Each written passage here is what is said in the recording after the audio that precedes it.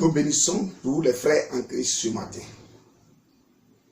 Aujourd'hui, nous partons dans des assemblées différentes et nous ne savons pas ce que nous partons faire.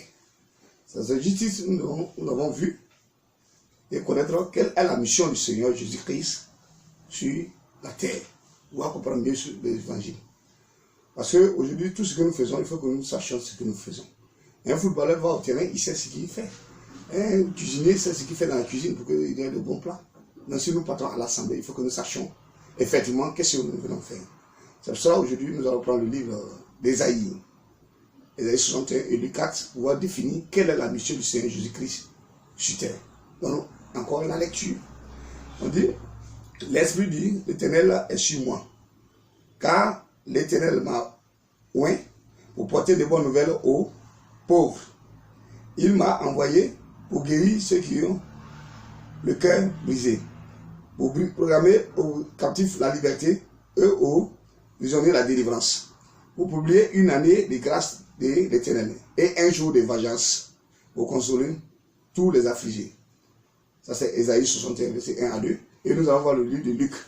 Dans le livre de Luc, l'évangile de son nom Luc 4, verset 16, il dit, il s'est rendu à Nazareth, Jésus bien sûr, où il avait été élevé. Et selon sa coutume, il entra dans la synagogue le jour du sabbat. Il se leva pour faire la lecture. Et on lui remit le livre du prophète Ésaïe. L'ayant déroulé, trouva l'endroit où il est écrit, l'Esprit du Seigneur est sur moi, parce qu'il m'a oint pour annoncer une bonne nouvelle aux pauvres. Il m'a envoyé pour guérir ceux qui ont le cœur brisé, pour proclamer aux captifs la délivrance, aux aveugles le recouvrement de la vue, pour renvoyer libres les opprimés, pour publier une année de grâce du Seigneur. Ensuite, au verset 20, il roula le livre, le remit aux serviteurs et s'assit. Tous ceux qui se trouvaient dans la synagogue avaient les regards fixés sur lui. Alors il commença à leur dire, aujourd'hui, cette parole de l'Écriture que vous venez d'entendre est accomplie. Amen. Donc vous avez vu ces deux textes différents, des différents livres de l'Ancien Testament et du Nouveau Testament. Et Jésus-Christ a cité le livre d'Ésaïe 61. Mais il y a une différence ici. Qu'est-ce qu'il a dit? Il dit son arrivée, qu'est-ce qu'il a évoqué? Dans le livre d'Ésaïe 61, au verset 2, il a dit clairement ici, pour publier une année de grâce de l'Éternel et un jour de vengeance, notre Dieu. Or, dans le livre de Luc 4, il a ignoré la vengeance. À partir du verset 19, il dit pour proclamer aux captifs la délivrance, aux aveugles le recouvrement de la vue, pour envoyer libre les opprimés, pour publier une année de grâce des Seigneurs. Et on dit au verset 20, ensuite, il roula. Donc, il n'a pas cité la vengeance. Et cela est bien dit. Donc, nous savons que Jésus-Christ est venu ici pour proclamer vraiment le message. Et ce message-là contribue à notre bien-être qui nous apporte jusqu'au salut.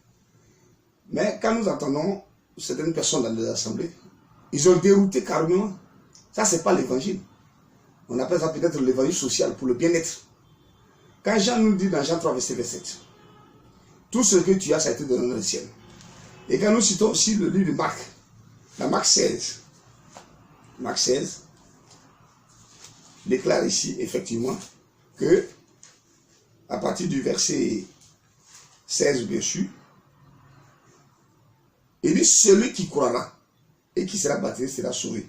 Mais celui qui ne croira pas ne sera condamné. Voici les miracles qui accompagneront ceux qui auront cru en mon nom. Ils chasseront les démons. Ils parleront de nouvelles langues. Ils saisiront des serpents. S'ils boivent des breuvages mortels, il ne leur fera point de mal. Ils imposeront les mains aux malades et les malades seront guéris. C'est-à-dire que quand tu as adopté Christ, que tu as son esprit, il te donne ce pouvoir de marcher sur l'ennemi. Mais qu'est-ce que nous faisons? On n'a même pas de pouvoir. C'est-à-dire que le Saint-Esprit n'y est pas. Donc nous partons toujours dans les assemblées en train de raconter du n'importe quoi, des paroles accusatrices. On m'a fait ceci, cela. Ils sont contre moi, ils ont fait ceci, cela. Frère, si Dieu est avec toi, qui sera contre toi? Cherchons à nous accaparer de la présence de Dieu dans notre vie. On est chaque fois chercher à se m'enfondre. On m'a fait ceci, cela. Prenez la Bible. Tu vas parcourir toute la Bible. On ne fait même pas des histoires de démons comme l'évangile. Quand tu prends le 2 Corinthiens 4, verset 5, Paul dit clairement, nous ne nous prêchons pas nous-mêmes, nous prêchons le Seigneur Jésus-Christ. C'est Jésus-Christ que nous prêchons. Qui est Jésus-Christ? Pourquoi il est venu sur la terre? Pourquoi son objectif? Il est venu nous montrer le chemin. Et dans ce chemin, nous devons marcher dans la vérité. Et en ce moment, nous nous la vie qui est le salut. Mais aujourd'hui, on nous fait croire qu'à l'assemblée, c'est les mariages, ce sont les fêtes, c'est avoir une voiture, et tout ceci, cela. On ne sait même pas de quoi on en parle. On parle. Là, frère, il faut que nous fassions très attention. Cherchez le royaume de Dieu, et le reste vous aura donné dessus. Voici un exemple typique dans le livre de Psaume 34, au verset 8. Il dit, l'ange de l'Éternel campe autour de ceux qui l'aiment. Et nous allons encore voir dans le Psaume 112. Le Psaume 112, verset 6 à 8. Psaume 112, verset 6 à 8. Qu'est-ce que l'Écriture déclare? Il dit, car il ne chancelle jamais. La mémoire du juste dure toujours. Il ne craint point les mauvaises nouvelles. Son cœur est ferme, confiant en l'Éternel. Son cœur est affermi. Il n'a point de crainte. Jusqu'à ce qu'il mette son plaisir à regarder ses adversaires. Tu as le Saint-Esprit, tu crains quoi? La crainte n'est pas pour les enfants de Dieu. Il dit qu'il y a un plaisir, ses adversaires, parce qu'il y a une défaite au bout du rouleau. C'est ça, on dit la chrétienté. Jésus nous a envoyé d'aller annoncer la bonne nouvelle. De dire aux gens qu'il est ressuscité et il n'y a pas de crainte. Et il t'en a encore en plus le pouvoir. Qu'est-ce que l'Écriture déclare? On dit quand Jésus-Christ, Jean dit que lui il baptise d'eau, mais Jésus-Christ baptise du Saint-Esprit et le feu.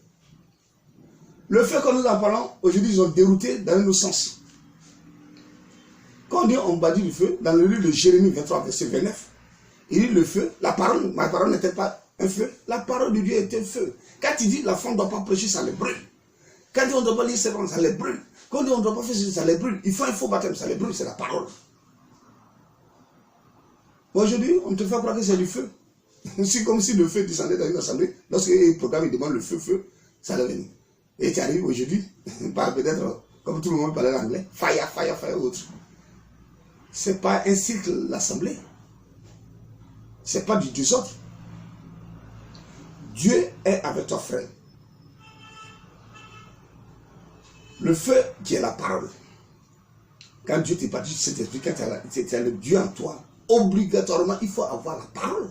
Donc Dieu ne peut pas te laisser comme ça. Je connais Jésus-Christ, je sais ce qu'il est, pour sa mission. Et puis tu ne les as même pas t'affirmer devant qui que ce soit. Donc il faut que tu sois accompagné de cette parole-là. C'est pour ça qu'elle était partie du feu et du Saint-Esprit. Les deux vont ensemble. Et c'est ce que nous devons voir et connaître constamment. Donc faisons très attention. Aujourd'hui, on nous fait encore lier. Je ne sais pas quoi, pas Satan. C'est le plus grand miracle qui ne saurait exister sur cette terre. Qui dépasse même Christ. Il y est Satan. Jésus n'a pas envoyé cette mission ici. Quand vous prenez le livre de l'Apocalypse, au chapitre 20, Jésus n'a pas dit d'aller lier Satan. La mission de Jésus n'est même pas encore arrivée à ce point-là. Mais nous faisons tout nos possibles pour pouvoir faire.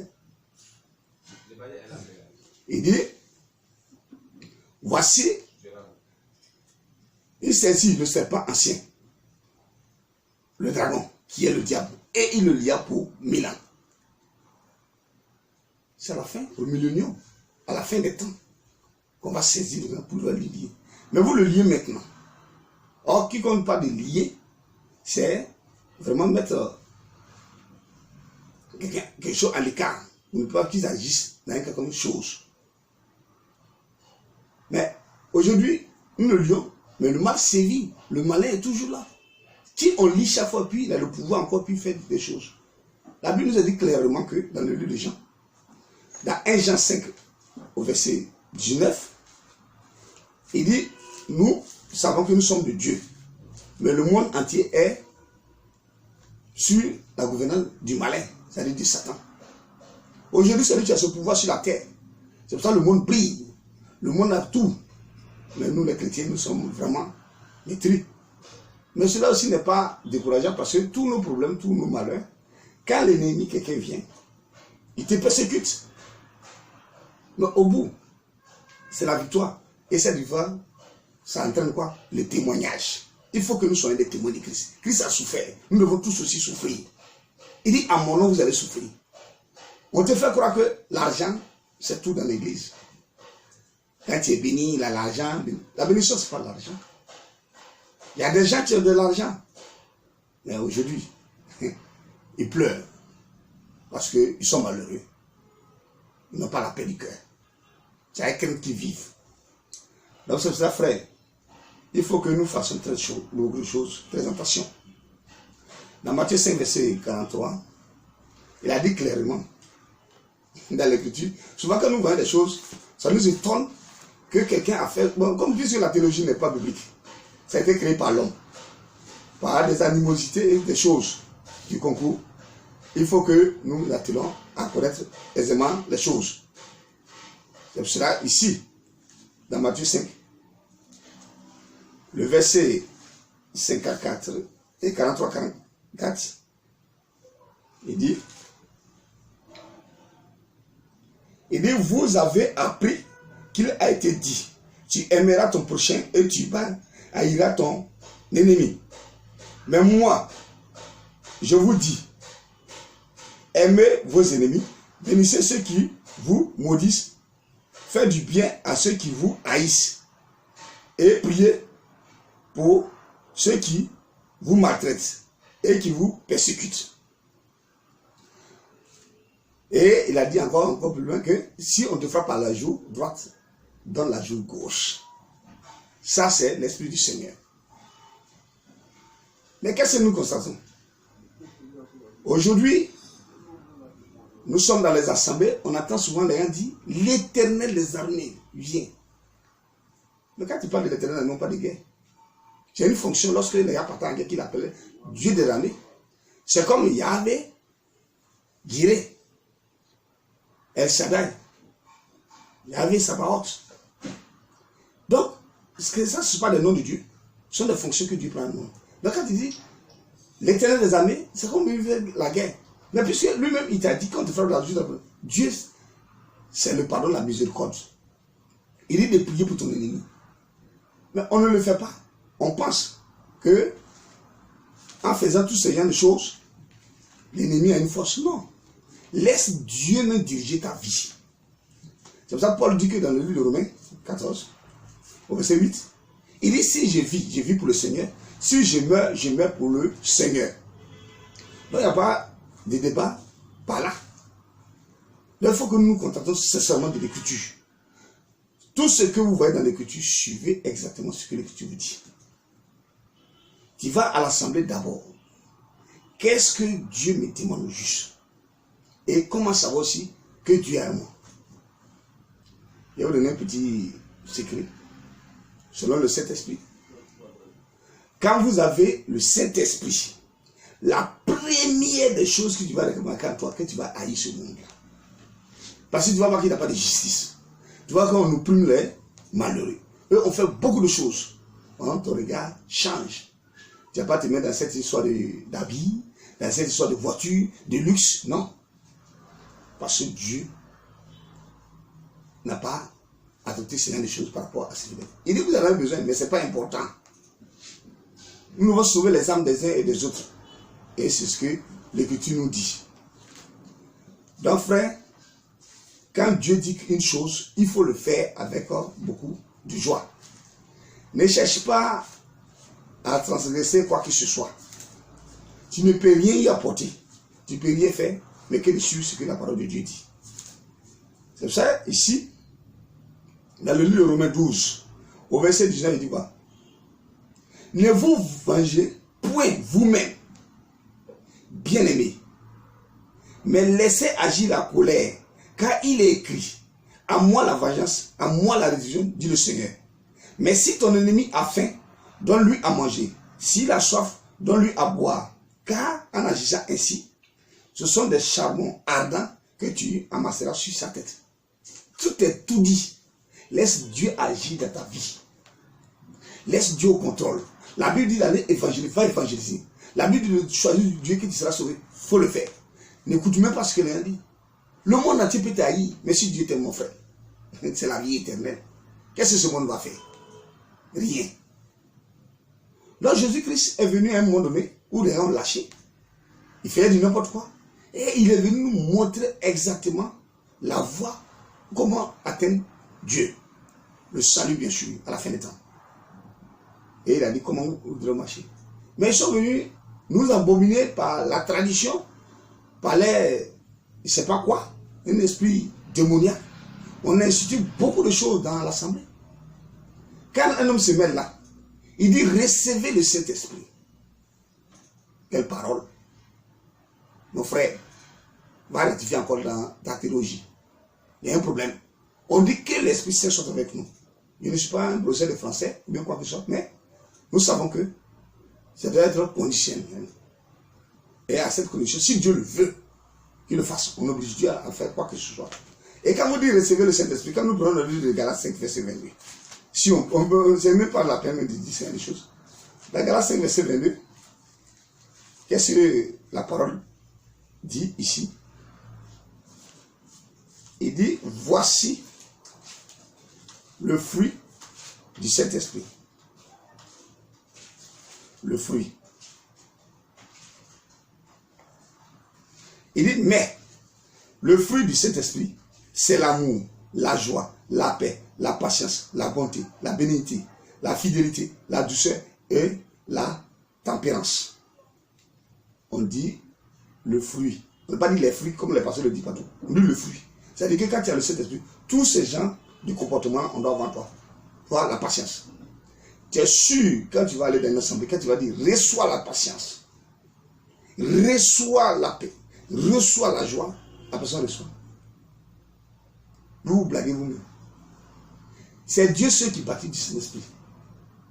Quand tu viens de l'assemblée, on appelle ça la justification, tu prends ton baptême. Ensuite, la sanctification. Et de la sanctification, tu obtiens le Saint-Esprit. Donc, c'est un cheminement. Et c'est pour ça qu'il dit que spirituellement, on dit nous ne mourrons pas, mais nous dormons pour un juste céleste. Le sorcier ne peut jamais tuer un chrétien.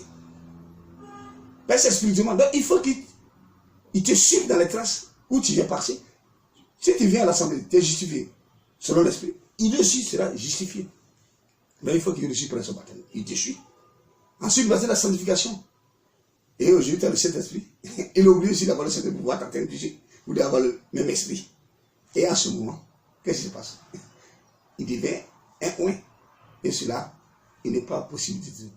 N'ayez pas peur de quoi que ce soit. Orientez l'évangile selon la vérité, selon les principes de Dieu. N'écoutez pas ces aventuriers-là qui prennent leurs problèmes pour venir exposer dans l'assemblée. Tous ceux qui me connaissent, souvent ils disent, mais toi tu ne fais pas, je ne sais pas quoi là, de délivrance ou bien de quoi que ce soit. Mais les gens sont délivrés. On est délivrés par la parole. Quand je sais qu'il ne doit pas appeler un pasteur, papa, que c'est Dieu seul qui a habité qu'on appelle ici, parce que le Père avait dit créateur, je suis tranquille. Donc sachant vraiment la mission du Seigneur Jésus-Christ, c'est que Jésus-Christ est venu. Et il y a beaucoup de thèmes dans la Bible selon ce concept. Aujourd'hui, mon frère, regarde-toi, rends service à quiconque, à autrui. L'amour du prochain doit être permanent dans ta vie. Et c'est ainsi que tu vas avoir le roi de Dieu. Et c'est comme ça que tu vas obtenir. Dieu ne t'a pas envoyé en mission d'aller te vocifier entre les démons. Le démon, même quand il te voit, dans le livre de Actes 19, il a dit, Paul, je te connais. Je connais Jésus. Mais vous, les enfants de Sheba, qui êtes-vous? Ils ont fui les maltraités. Quand le démon va, le chrétien, c'est un homme de paix, un rassembleur. C'est quelqu'un qui est venu pour apporter une bonne nouvelle. Imaginons Paul dans une place publique qui dit, Satan, je te lis, c'est qui est anti-parole, bien sûr. Il ne peut pas dire ça. Donc quand tu as le Saint-Esprit, il y a des choses que Dieu va dire. Donc la mission de Christ qui est venu dire, il est venu, il a fait des miracles, il est venu publier la bonne nouvelle. Il n'y a pas de vengeance. La vengeance de Dieu appartient à lui-même et c'est le jour du jugement qui va juger. Il est venu pour sauver le monde. Il n'est pas venu pour faire quoi que ce soit. Que Dieu vous bénisse, que sa parole soit avec vous, que son ancien nous dirige, que tu sois parfait dans nos vies. Et que ce frère, ayons le courage, c'est pas facile. On a un monde pervers, un monde difficile, un monde où tout est vraiment. Tu te demandes souvent même, est-ce que Dieu est là? Oui, il a annoncé, il dit à la fin des temps, les temps seront compliqués. Donc rien ne nous étonne. Il dit le méchant va faire le mal sans que le méchant même le sache. Il dit l'homme va aller avec l'homme, la femme avec l'homme. Ça c'est dans le livre de Luc, 17, verset 30. Les pédés ou bien les homosexuels, bon, selon les manières d'interpréter les choses. Donc ça a été dit, eux on doit le voir. Donc cela ne doit pas nous effrayer. La parole de Dieu est confirmée là en voyant ces gens dire ça. C'est pour ça que nous sommes heureux. Et la deuxième chose, la Bible, c'est le seul livre où il donne le comportement des acteurs, de ceux qui y sont mauvais, et puis nous suivons. C'est un livre de vérité. C'est un livre où nous pouvons avoir vraiment cette capacité de juger autre qu'on ne suit pas l'homme de ses dieux qu'on suit. On a vu le comportement de David. On voit le comportement de Moïse, qui ne croyait même pas Dieu un moment, dans le livre de Nombre 20, verset 10. On a vu Moïse. On a vu Noé, qui buvait la vie. Dieu n'aime pas les sous-là, mais lui c'est sous-là. Mais nous ne suivons pas Noé. C'est le message que Noé a laissé. C'est le message qu'Abraham a laissé. C'est le message que les apôtres qui faisaient battre avec Paul dans le livre de Galates 2. Une discussion vraiment impétueux. Par rapport à quoi? Donc c'est ce que nous devons rechercher. Nous rechercher aujourd'hui, si je vais à l'assemblée, qu'est-ce que Dieu me demande? Qu'est-ce que Dieu veut que je fasse pour qu'un jour, il puisse m'asseoir à la table du roi? Bénis tous les frères, bénissez tous ceux qui sont là. Apportez cette bonne nouvelle-là. Dis aux gens de ne même pas se fatiguer à faire des bêtises dans les assemblées. Allez écouter la parole. Aimez-vous les uns les autres et Dieu agira par nous.